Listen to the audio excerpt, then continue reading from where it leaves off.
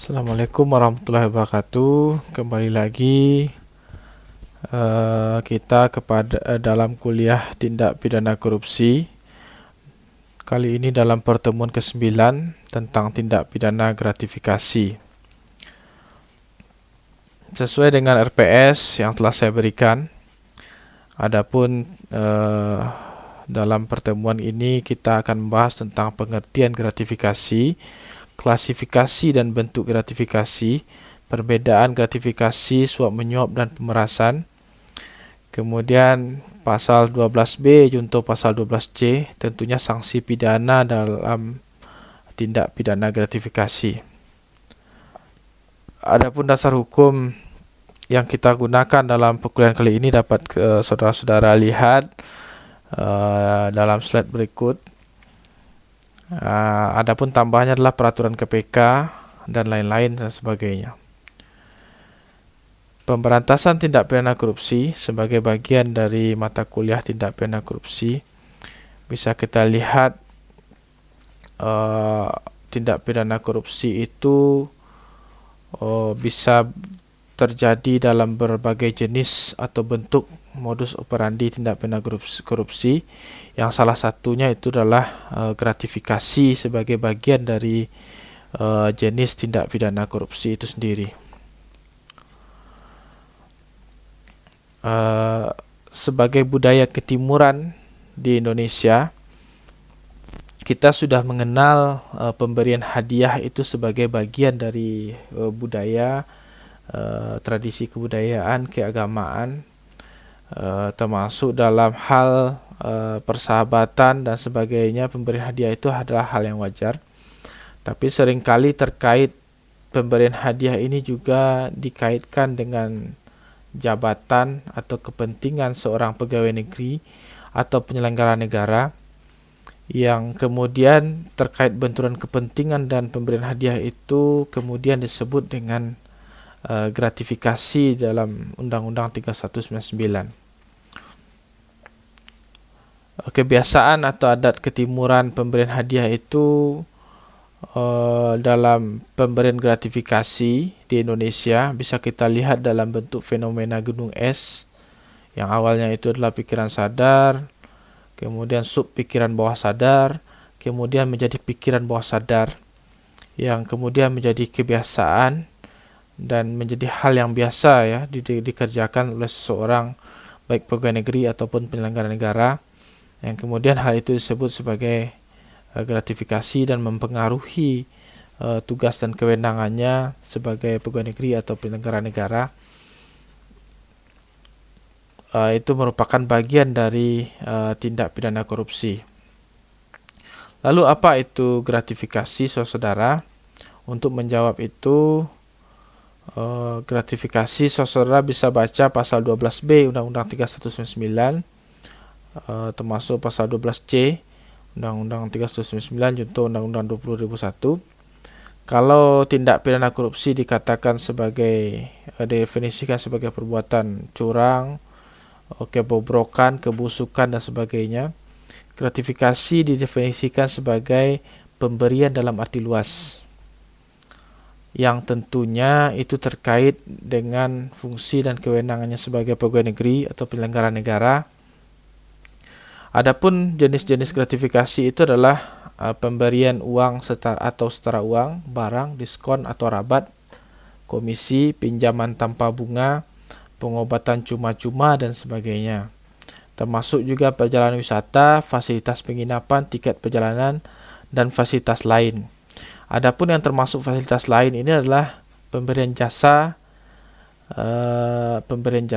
yang juga mempengaruhi keputusan nanti seorang pegawai negeri atau penyelenggara negara, yang itu bisa dikategorikan juga sebagai gratifikasi, baik itu dalam bentuknya diterima di dalam negeri maupun di luar negeri, kemudian yang dilakukan dengan sarana elektronik atau tanpa dengan sarana elektronik.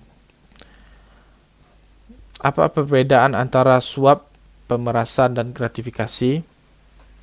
Secara garis besar bisa kita lihat bahwa suap itu permisif untuk melakukan suatu, Pemerasan itu permisif untuk meminta, gratifikasi itu permisif untuk menerima. Klasifikasi gratifikasi. Gratifikasi itu ada dua menurut Undang-Undang 3199 junto Undang-Undang 20.001. Yang pertama yang wajib dilaporkan, yang kedua yang tidak wajib dilaporkan, atau biasa juga disebut dengan dikategorikan yang termasuk suap atau yang tidak termasuk suap dalam kaitannya dengan tindak pidana gratifikasi. Gratifikasi yang wajib dilaporkan saudara, yang pertama penerimaan dalam bentuk apapun tentunya, yaitu pemberian dalam arti luas tadi. Yang kedua diduga memiliki keterkaitan dengan jabatan sebagai pegawai negeri atau penyelenggara negara. Yang ketiga bertentangan dengan kewajiban dan tugas sebagai pegawai. Adapun lebih detailnya kaitan yang gratifikasi yang wajib dilaporkan bisa saudara lihat dalam poin-poin nomor 1 sampai nomor 7. Kemudian saudara-saudara, gratifikasi yang tidak wajib dilaporkan mempunyai karakteristik dalam pergaulan sehari-hari itu merupakan hal yang wajar, atau pemberian hadiah yang dipandang sebagai hal yang wajar, yang tentunya itu berlaku umum, kemudian tidak bertentangan dengan peraturan undang-undang yang berlaku. Yang ketiga dipandang sebagai wujud ekspresi keramah tamahan, penghormatan dalam hubungan sosial, kemudian merupakan bentuk penerimaan yang berada dalam ranah adat istiadat, kebiasaan, norma hidup masyarakat yang bernilai wajar. Artinya tidak bernilai, tidak berkaitan dengan benturan kepentingan sebagai pegawai negeri atau penyelenggara negara, yang kemudian tidak mempengaruhi keputusannya sebagai pegawai negeri dan penyelenggara negara tersebut.